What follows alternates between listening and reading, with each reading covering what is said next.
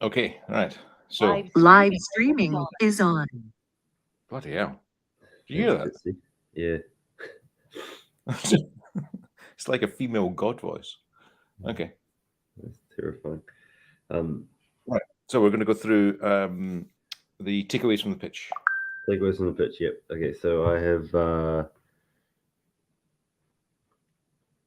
I made some modifications to the website to aid the pitch, just to for brevity's sake. Um, I merged in the PR that you made Yep. as Saw that. well. So Yep. I don't know if you had lingering commits, I can merge it for you. But it'd be great if you could get back to the main line, the main branch, and just Go to start working on main. yeah, I'm fine with that. yeah. Makes no difference. Okay.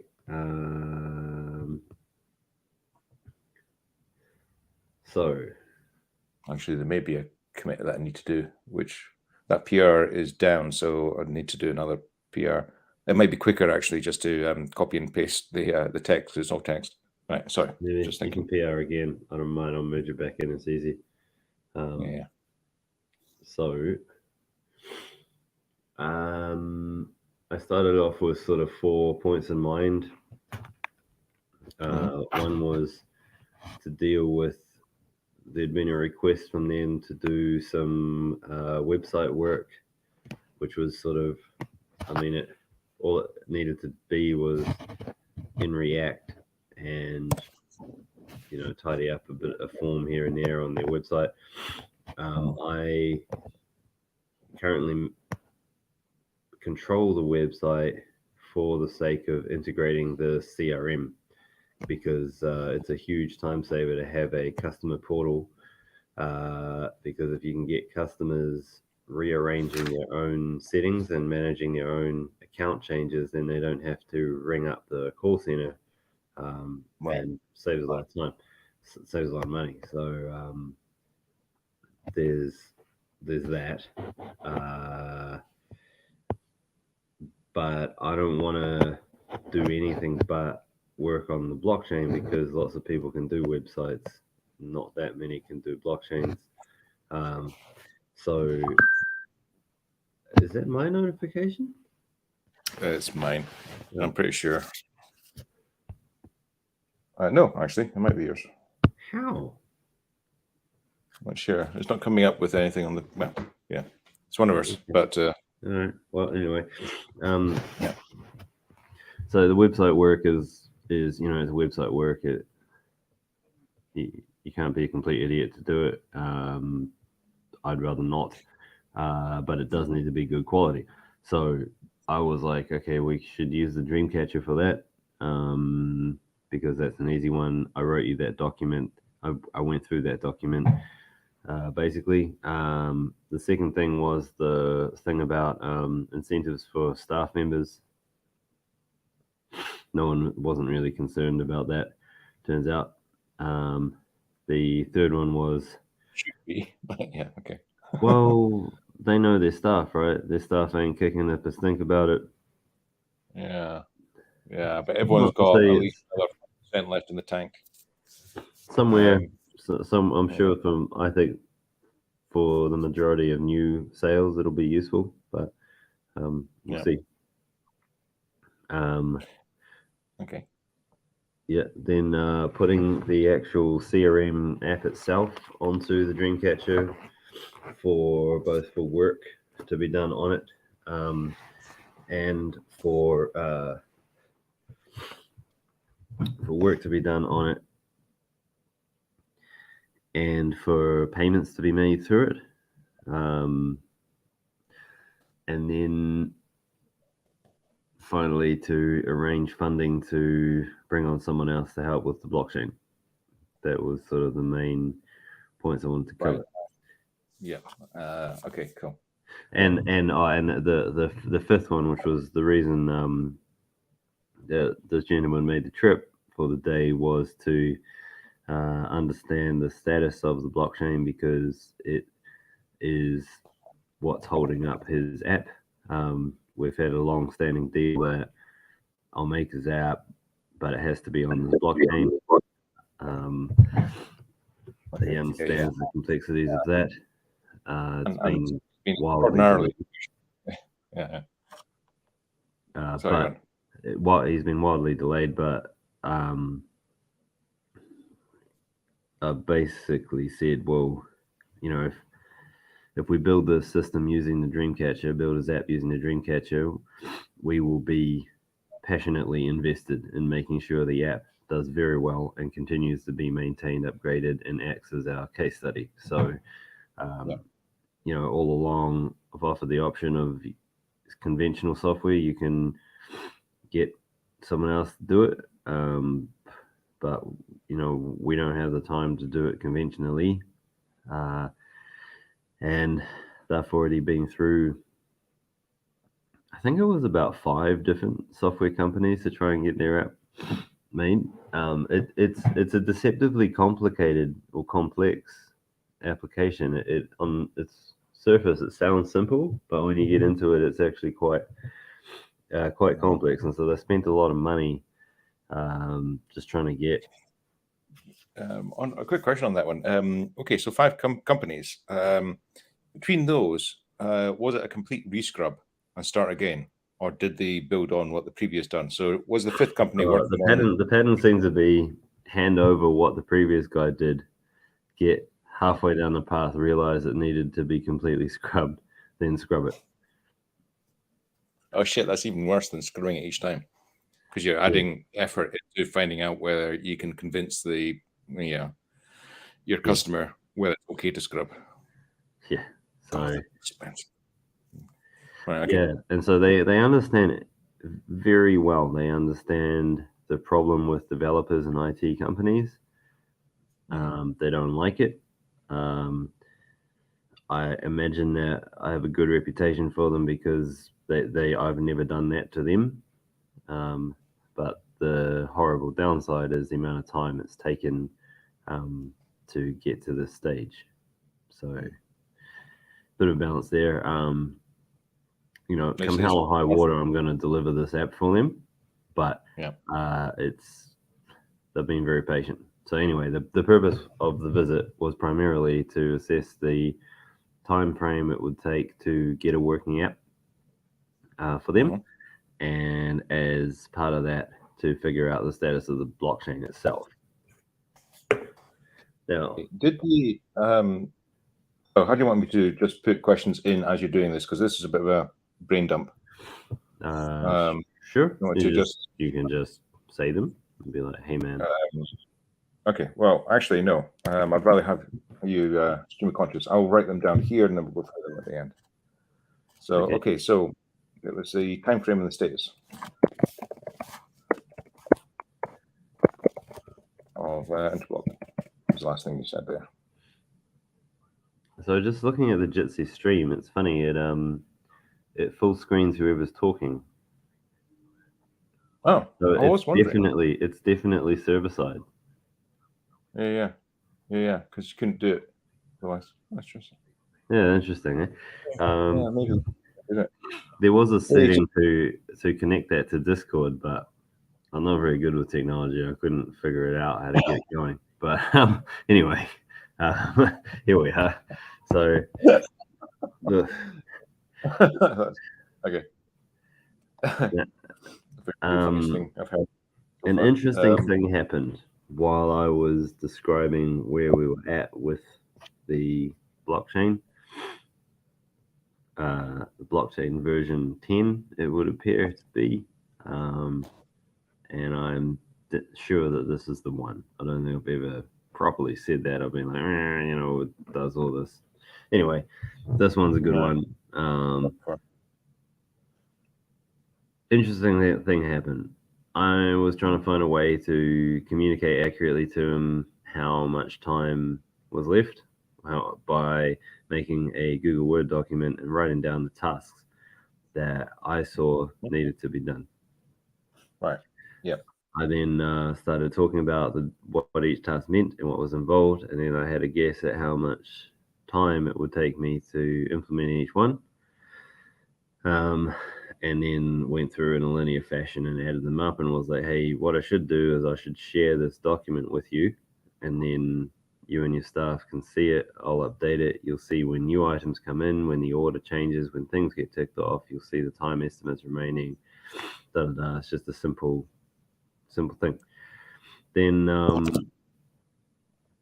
interspersed with all that, I started talking about the packetized invention machine, known as the Dreamcatcher, and the concept of packets, which seemed to be a very simple thing to describe and very easy to understand. A packet of work, a thing with some artwork attached. I love the image that you attached for the website for the Dreamcatcher too. That looks cool. But what started to occur was that by talking about tasks and then talking about those tasks as being turned into packets where the artwork stays permanent and the title can change and description can change and all that, that was a seamless intro to the Dreamcatcher, because it was like, just, hey, here's a list of tasks. As you know, it's hard to communicate what the tasks are. They don't stay constant. They move around. Software developers, IT in general, is fuzzy to communicate with, and people struggle to sort of snatch at the air and pin something down and get something concrete. And so I was like, well, the Dreamcatcher is a way just to make these into things so they can be tracked and all that. And it was actually him that suggested putting those tasks into the Dreamcatcher as packets. And then So specific tasks.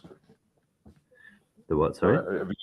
Have you got a hard example of a task? Yeah. So there's an invoice generation module that basically takes the customer data, generates some PDFs for the invoice, and needs to be extended at a later date to include the editing ability to make your own custom invoices with different layouts and all that, so that each customer can receive branded and or customarily laid out invoices.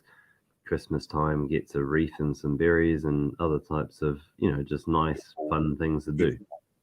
Yeah, right. And so that's sort of a piece of work that I'm like not that interested in doing it, because there's a lot of people out there that could do it, and so that's a good candidate to put on the Dreamcatcher, put some money against it, and say, look, it's useful elsewhere, but we need it now, and here's some money for it, and anyone who can do it, you get the payment. So off we go. So I've got an observation I'm going to put in at this point. I love that thing you sent over earlier on, the FedEx example of, was it software and or next day's delivery. Yeah. I've been thinking about that since you sent that, since I got up the last couple of hours. It speaks to exactly that example that you just given. So if we have, the analogy I was thinking about is a supermarket. Okay, so previously it was like interesting time frame. Now, why would it be interested in the time frame? My example on the buyer side as well as on the doer side is, on the buyer side, you're interested in the time frame because it's going to cost you more money if it takes longer. Yeah. I was like, oh, I don't like that. It's not that, actually, it's delayed reward. The delayed reward is a kind of conceptual thing, because you don't have that reward at the moment. And if you didn't do it at all, they'll keep on going on. So we're not talking, generally speaking, we're not talking about, a burning platform, have to do this now. So the analogy I was thinking about was something close to a supermarket. It's like, if you've got a budget of £40, and you go into a supermarket and you pull things off the shelf, it's not the time, it's how much you've got. So if you've got a list of functions and you've got a certain amount that you want to spend now, you can make a choice. It's like, I'm going to get beans, I'm going to get soup, I'm going to get meat, whatever. And I'm going to get PDF invoice generation. I'm going to get integration on this one and so on. It's like, well, let's just pack these things and see how it goes. So the packetization removes the kind of emphasis on time. It doesn't actually matter what the time is. The time goes away. It's really your ability to pay for packets. Right. And sure, there's a delay, from flash to bang. But what sparked this was your, software next day delivery thing. Well, So same it's day like, delivery, man. Like that's ultimately our goal. If we can get this system up to the point where we can do same day delivery software, there will be nothing will stop us. Literally nothing will stop us. It's beautiful. Now we're not there yet, but imagine a world where that is the case. Then you are literally going in, assuming that everything integrates together and so on. You're literally going in and saying, right, okay, well, this month I've got 200 quid on groceries, or I've got $20,000 on software. I'm going to have that. I'm going to have that because, the staff are calling out for this. I'm not going to have that yet. I don't need it. But suddenly time becomes irrelevant because you're just pulling stuff off the shelf, right? Because it's like next day delivery. Now, even if it's not next day delivery, if it's like next week delivery, it doesn't actually change the concept. Even if it's next month delivery, it doesn't change the concept because you're going in with a budget and you're buying stuff and you're only getting charged when you actually have it. Completely different concept. There's a point you're making, and I'm not getting it. I'm not seeing the relationship to the supermarket. Like for me, going to the supermarket, if the longer it takes, the more I struggle. If I want to place an online order and they tell me it's going to be here in a week, I'm like, not 100% sure what I need in a week, but I know what I need right now. And you know what? I'll pay a higher price just to get it in the next hour. I'll go down there myself. Yeah. Okay. So the supermarket analogy is probably not our best one, but the point I was making is time frame for delivery becomes irrelevant in a world where it's software next day delivery. Well, it kind of removes the whole thing because it's like you either get paid or you don't get paid. The person who's buying it can say, look, if it's not here on time, I'm not paying at all. And that's an easy thing to do. Plus, you can have multiple people having a shot at it is a big deal. The thing that opened up to me while I was talking about it was that this list of components for this customer relationship management application, we know already of a lot of different companies around the local area that would be interested in purchasing this thing should it exist. And, we've always been like, well, we'll get it done and then we'll be able to pitch it to these other companies. But if you've got it in these components and you're like, look, we've got a really simple version and we've got these components that we're going to put on it. Do you want to commit to buying it if this particular component was in there or not? So it actually makes the sales cycle easier to do earlier because you can sell it as pieces, not as a finished thing. Yeah, precisely. And that's I think that's on this tier 2 buyers page. Is this idea? I left the word sniper in because I like the word sniper. It's a bad word to have. Bad word. Okay. And so is spicy. Well, spicy and sniper not go in the front page. I'm not changing it. I like sniper. I like spice. But anyway. The point being is you're not paying for the 90%. You're paying for the kind of serviceability of that 90%. You're not buying a bunch of devs to do that, and you're just getting precisely the thing that you want, and you're pulling off the shelf and integrating it. That is really, really powerful. And I guess what I was talking about with this supermarket model, maybe it's more of an Amazon model, whatever.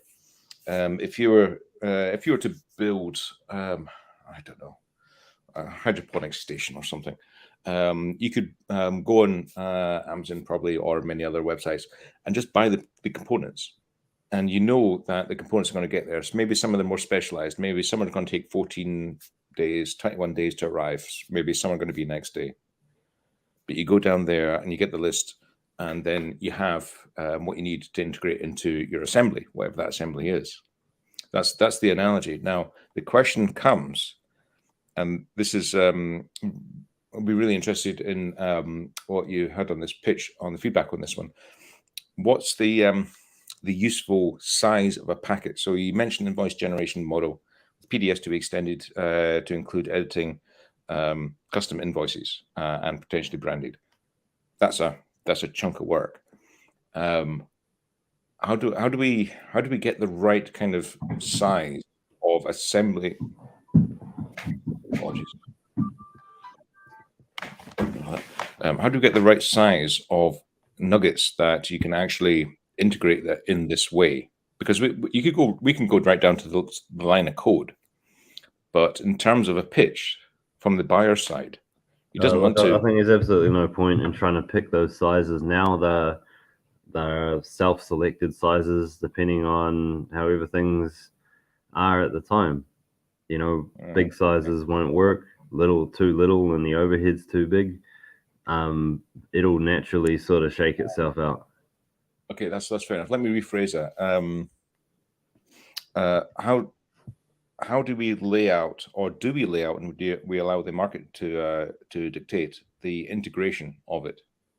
So if I bought a bunch of Lego blocks, that's fine. That's none of our business. Ultimately, QA makes sure each component is QA'd. If your packet is an assembly of other components, QA warrants the assemblage for completeness and correctness. The buyers are the ones that choose, do they want to pay for that or not? It's not really our business, right? Packet size is not our business. So long as someone pays QA's bills enough, so QA will be like, well, minimum order size is like $500. Otherwise, it's considered dust for a different reason. It's dust because it's too small to be actually picked up by our machine.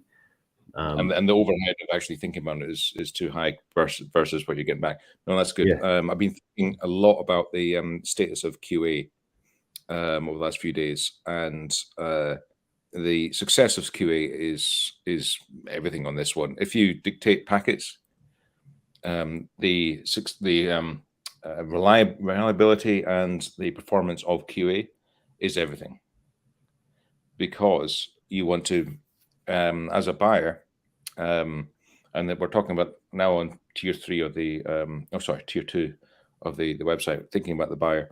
The buyer just wants to say, right, I want I don't know, this object, right? I want to integrate it into an assembly. Don't really care. I want it just to work. I'll give you this amount of work, this amount of escrow, because it doesn't exist. And okay, so I don't really care how long it takes.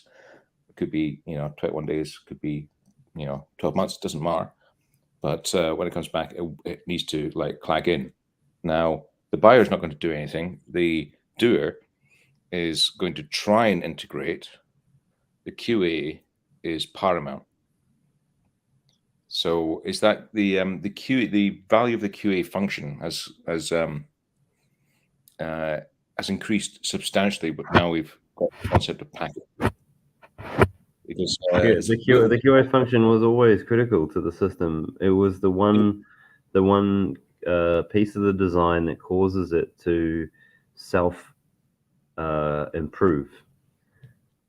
Yes, it was to the system itself, but even to the buying cycle now, the quality of the QA is everything. It's a bit like a CE mark. It's always been that way. Yeah. Oh, yeah. Okay, but if you're saying that you're seeing it now in a different way, fine. No. Yeah. Probably it's probably a relevant point. I just wanted to make you aware of that. It's gone up an order of magnitude in my head. Previously, it was really important, but now it's like if QA doesn't work, the whole thing falls. It's like it really, it's an order of magnitude more important when you packetize something and you're dealing in packets. That's the staging. I get what you're saying. You're saying it again. Yeah. Is there something you're wanting me to take away from that? No. I'm probably just voicing off what I've been thinking about the last couple of days. It's really been sinking in. As I say, it's gone it's almost the most important thing in the entire system, as far as I can see. and it comes through packetization, because packetization is it's got to be fit for use. And fit for use, how do we define that? That defined through QA stage gates. So yeah, I don't know. I'm just voicing it because it's been in my head, and because we were talking about I was talking about the supermarket model, but you're also talking about a potential packet being invoice generation. But that's okay. So this invoice generation module, for example, is something that is not really that critical to the blockchain itself, but it's important for the CRM to have this. Right. So that makes it a prime candidate to be put in the Dreamcatcher and have some money put against it, and then invite offers of other people to come in and build it. This guy was very aware of the headlock or the imprisonment that goes on when a software company builds you a system and integrates it for you, and then you are at a loss for even being able to ask for offers from someone else because there's so much protection or opacity built in that you just can't seem to even get an option to get it looked at. Not mentioning where, but I've been in previous board meetings where we're actually talking about trying to increase stickiness by using the ability of the customer to go anywhere else, which is appalling. That was part of that conversation. But and I not think unusual. That if you want to keep someone a prisoner, you should make them free to leave at any time and choose to be there. They'll probably stay just because you're not trying to keep them there in a lot of cases. But another point was raised about protection of the existing business. So the existing business is a geographically restricted business that has trucks and other hardware that services a region, and it would be problematic and offensive to these guys if someone took the CRM code and just down the road used it to power their own business. Now, so that's consistent. I remember talking about that in the past. An acceptable compromise seems to be, look, if you remove the openness of the code, then you accept the imprisonment of whoever works on that code and the friction associated with finding replacements for them. The Dreamcatcher can still operate in that fashion, but just to get someone to even take a look at it, you're going to need to start a one-on-one process with them, which involves like signing an NDA or something like that. The Dreamcatcher NDAs can be sort of much more open and all that, but it's also, they sort of become a bit weaker if they're not direct person to person in a way. So it's sort of about the perceived power of them. This business would be concerned about that. So the solution I put forward was, look, we can first of all make the main code be shared source rather than truly open source, so that people can see it and work on it, but you can't sell it or use it commercially without paying, or you can't use it commercially if you're in this particular geographic region, if you're in a competitive region, which opens up some interesting opportunities to sell the rights to have that piece of software operating in a commercial region where you can be the only one that buys it, and you're like, if you pay for it, you have the sole right to use it in this region. So I think this is we've talked about this a while back when we were doing the DPL. What we're really talking about is geographical exclusive rights, no different from films, right? So you sell the rights for Europe, for the display of a film in Europe, or America or Asia and so on. However, when we're talking about previously, it doesn't actually impact on your ability to in the kind of open and incentivized way turn up and actually do work on it. Yeah. Because you're not the buyer, you're the doer.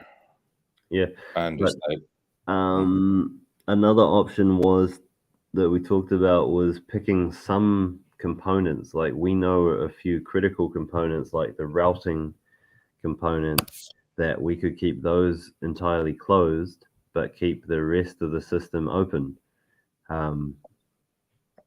Which means that I don't like that. What's your thought on that?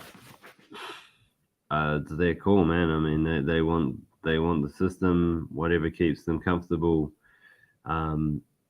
Keeping one component closed. Hopefully, they realize that it's not that important to keep it locked, because there's more to it than just having the software. You also got to have a good business as well. But if we were to, if the pitch was, this sounds like this is the pitch that you made. If the pitch was, okay, we'll draw you out geographic rights around this area, and nobody else can license this software in this area, but the rest of the world is a big place, and anyone can, and it's still open for anyone to come in and improve that and earn attribution on packets. That sounds all right. I mean, that should put their mind at rest, because what they're interested in is local competition. Because they weren't at rest, because they were like, well, someone just up the road could just use it and not tell you, or keep it secret and then still be using it and we wouldn't know, but they'd still be gaining the efficiencies. But it's not free for them to use. So the way we've got the DPL is a cascading set of but licenses. you're not listening. They if someone uses it and keeps it secret, you don't have any legal recourse. Pirates it. Effectively. Well, yeah. So they're a competitive company. They use the software. They deny that they're using it. You're not going to get a search warrant to go in there and demand to see their software. Like, it's just not going to happen. So they get that use and you lose. Well, the usual way of kind of controlling that sort of thing is some kind of call home. But then if you've got access to the source, if you modify the source, then what can we do? So there's a balance to be struck there. I'm not really concerned if they pick one or the other. It's about showing that the overall system worked. We'll always be able to demonstrate the system even with a closed component, and it would be a good demonstration to people that, look, you don't have to take it all open. You can take some closed. We don't really care. It's just that we think that you'll be outperformed by the open components versus the closed. That's really all that we're trying to say, I think. Unless you closed the whole thing, and even if you had one or two components, say a kill switch or whatever, if you've got access to the rest of the software, you could just circumvent it. Not if it's a hard piece. What piece of hardware, you mean? No, like a difficult piece to make. It just costs you time, right? I mean, it's the theory of all locks and fortresses. It's just a time thing. If you had all the time in the world, you'd get in, but it's just takes you a bit longer. This is fascinating, because this is the first real kind of conversation we've had with a business who's seriously looking at using this. And the first thing to come up is, how do we erect a fence? Which is fair enough. There's a bunch of services that you need to, like the geocoding service. So we can keep the geocoding service separate, and then like you need to, part of getting your geocode service is that you have to pay or be honoring the geographic fence or something like that, and then like, we're not going to geocode if you're inside this boundary because that's served by this customer, and we don't allow our customers to compete with each other. So and ultimately it's only this one unique customer because we wouldn't care if we dropped it down in Delaware and had every trucking company there fighting each other with it. So long as they're paying us, would we care? No, right? It's only this unique initial instance that needs that. Not only that, but let's take Delaware, right? A whole bunch of businesses moving shit around in Delaware. One comes up with a bit of software and app on the Dreamcatcher, and it's open. They drop it in. Now the calculus is the leverage that app is going to give to all the competitors higher or lower than the attribution they're going to get from having actually written that thing. Because if it's lower, realistically, you should actually just let the world have it. Yeah. So all those things, fun things to get into, but this is something we got to get past at the start. I personally don't care what we trade off to get it. Yeah. And the whole point is we should be able to encapsulate all models, and so yeah. So I gotta go in 7 minutes. Right. Okay. You're right at the top of the call. You're talking about two things: time frame and status of interblock. Is there anything you want to talk about status of interblock? Because we're talking about time frame and going through.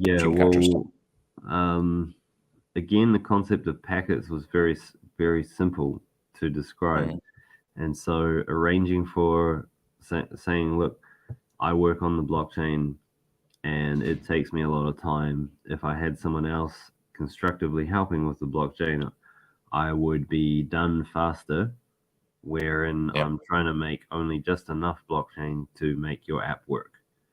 So therefore, you'll get your app faster if someone else is helping constructively with this blockchain. So that was, they thought that was a pretty good deal. Was he content that effectively it's in what we're offering, or the app that he's asking for relies on interblock. Interblock is damn near close. Was he content with that? Yep. And in terms of attribution, his initial questions were, hey, this packet, what's the split between a funder who paid for a packet and a worker who built the packet? And that was easy to answer, because I was like, well, we never split the packet. We record what was contributed to it, and only at buy time is the purchase price split to the packet contributions according to the current Dreamcatcher algorithm, which led on to an interesting discussion about, so hey, whilst the person we're going to bring on, we aim to have him help primarily with the blockchain itself, the Dreamcatcher algorithm. You're sniffing. I'm allergic to cats and dogs, and I live with both of them. Okay, all right, carry on then. There's no around it. Yeah. If it's any consolation, the Spaniels yesterday morning threw up and shat all over their cage and washed up, and then this morning they did exactly the same. So, not allergic to them. No consolation. It's like, why do we put up with this? Because they're cool. Anyway, right. So, so you're saying? Sorry, I interrupted. That the person we want to bring on, actually, we want to do some work on the Dreamcatcher algorithm, because they're expecting to get their attributions from that algorithm being built. And then sort of it stands to reason that, if you're putting into the blockchain and you want to get some future payouts for it, you kind of need to also be happy with a bit of time being spent to build up that algorithm, because that's what ensures that you're going to get the attribution in the future. So, I didn't want to be at all dishonest about what we were going to spend the time on. but the Dreamcatcher algorithm is actually important to have because it's what lays the foundation for getting that future reward back for the funding that's being done. So what was the response to the idea that actually the algo is triggered in the future based on the data and not agreed, in it advance? was understood that that's fairer than what we have now.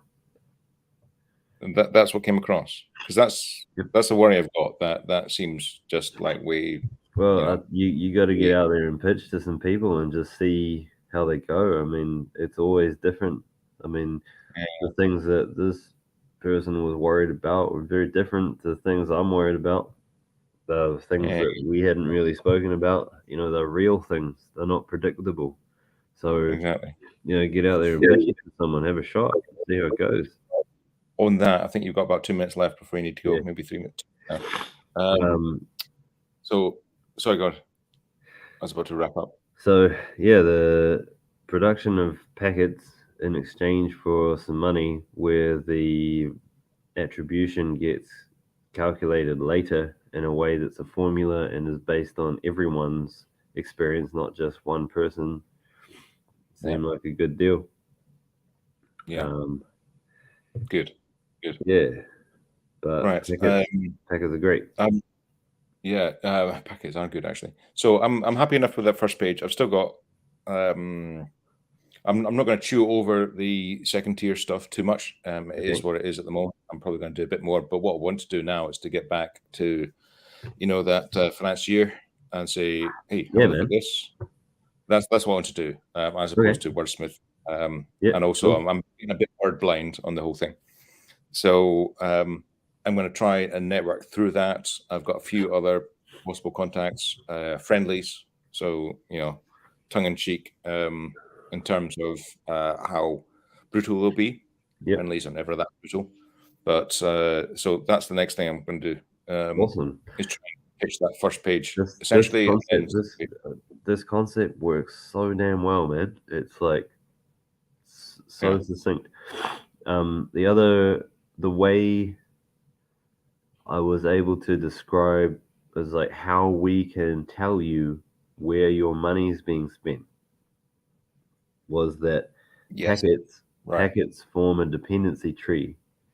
And so we can see your CRM app and we can see the dependencies that it has on the different packets of work. And anytime you see us working on a packet that is not a dependency of your CRM app, you know that we're not spending your funding on something that helps your app along.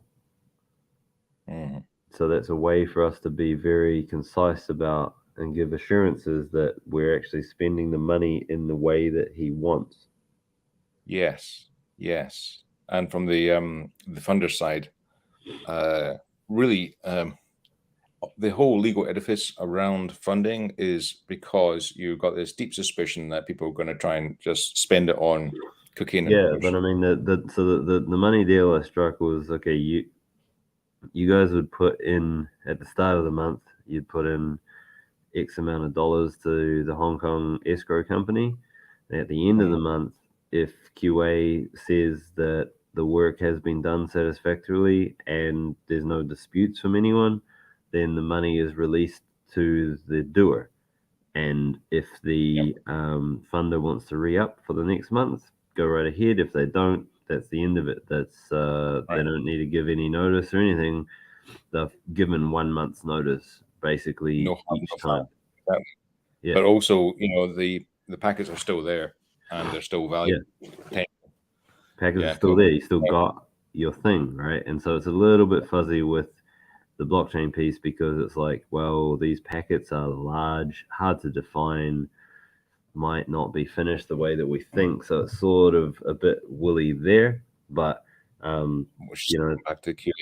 They're kind of okay with that because it's like, well, there is trust between us and we have this dependency graph that we can draw on as well. But also, very, very briefly, the thing I was highlighting in the one of the second pages on the funders is QA works in both directions. It's QA in for your request as well as QA out, which makes the whole thing tight. You're 1 minute over. was going to ask you one more thing on the HK thing. You're going to send over a bunch of stuff so that I could carry on with that. Yeah, I'll get to it. I've just been ripping through the code, plus had this pitch and getting ready for that. And now I'm trying to get this document ready to do the proposal for funding and bring someone on. So yeah, cool. I'm I'm standing by to take that load off. Yeah, that'd be great. So just bring it back to the top of the stack, and yeah, cool. Just whenever. Okay, awesome. It's not burning anything, but I'm standing by. Okay. Right, nice one, man. So, man, this is it. And the website was fucking rocking. Like, it was really easy to just breeze through all those things. It's good. The model sounds spot on to me. It does. Spot on. And from each of the three angles, it just sounds like a great deal. Yeah, great deal for everyone involved, actually. Yeah. And yeah, they were okay with paying for the software on it. So they charge money to customers for servicing their residential address. They were okay with paying per collection. So each time they, which is like, it'd be interesting to hear what's bad about that model, but I think that's a great model for everyone involved. Like, it's elastic, it's scalable. We're talking about code being executed as a proxy for value. If you move that into the physical world, is customers paying for a service. They got this service, and then there's a split out to all the components that contributed, and so that's really nice. And I realized that the incentive for me as a builder to want to open up my revenue stream to anyone to take a piece of in exchange for an improvement is because software decays. Like, once it's put somewhere, it needs upkeep and maintenance, or else the customer's preference for it wanes over time. If someone comes in and makes an improvement, even if my revenue stream goes down, at least it's more stable long term because they've polished out the decay or delayed the decay, right? But the second benefit to me which is the equation, I guess, that we got to promote, is that, look, if someone else made it more suitable to that customer, then it's also more suitable to another customer, which brings you that much closer to additional revenue streams. So whilst your revenue stream went down, it could go up overall. Yes. Because fitness was improved. Fitness went up. Right. Yeah. So there's a couple of points there, but I'm aware. I don't want to take more of your time. 5 minutes over this time. That idea, there's a delta where there's like a base load everyone's get, and so software decays in terms of value, and it's the delta that actually gives you the competitive advantage is the thing that you really want to be paying for. Because who wants to be paying for fucking email? It's like, right. That's not going to give. It always decays to the point where it becomes free, and becomes bundled with something else as a side effect. Like Google bundling email so they can sell you ads. And it's like, it's just table stakes. It's like, He also made another good point that small businesses are the biggest the majority of businesses, and most small businesses are actually more about people and honesty than a big corporation. I could not agree more. So he was like, well, if the Dreamcatcher has a dependency on an honesty component, and it's best served for small businesses, particularly because our grain size, like the smallest job we can pick up, is very tiny, and so it actually suits us, particularly with the same day delivery option for small businesses. You could just walk around all day selling and pitching and flinging it back to this whole network. I totally agree, and I've spent most of my life working in the kind of small to medium, but small. Absolutely, if you get them loyal, it's like lot. Some shit goes wrong. You do that. But the aggregate, if you get a large number of small businesses, you can get something really to happen. Which, one more thing, I'm just going to mention it. I'm going to write down a request. I've been looking in about post Ukraine rebuilding, 750 billion to be dispersed in order to rebuild a nation. Sounds like something we could help with, right? And it's not going to happen yet. Where'd the money come from? It's been requested from the World Bank, from donor countries, and from sequestration of oligarchs' cash. That's right. Hey, they just raided the oligarchs. Oh, that's just wow. $750 billion that's how much it costs to rebuild a country, a good, previously productive country with 40 million people. 750 billion. They raided the oligarchs. The chance of that going astray into the wrong pockets and not actually making benefit is quite large. So I'm going to write a request. I don't know how to do it, but I don't know what the idea is, but I'll write a request in. There's a thing coming down the train tracks, probably in about 2 or 3 years' time, which is hugely valuable. Maybe we can do it, but it's again the interaction of small actions. That's the thing, exactly. What you were just saying. Interaction of small actions where people have relationships and reputation, as opposed to just disappearing into someone's pocket and then them hiding. I think it's wonder whatever. Anyway, right. I've overtaken your time back. So go for it. Exciting times, man. Yeah, very exciting. So thank you for the website. That was invaluable. That was a pitch advice. I can't wait to do it again. Yeah. Right, I'm off to go and find people to pitch at. Okay. I'll see you later. See you. Yep.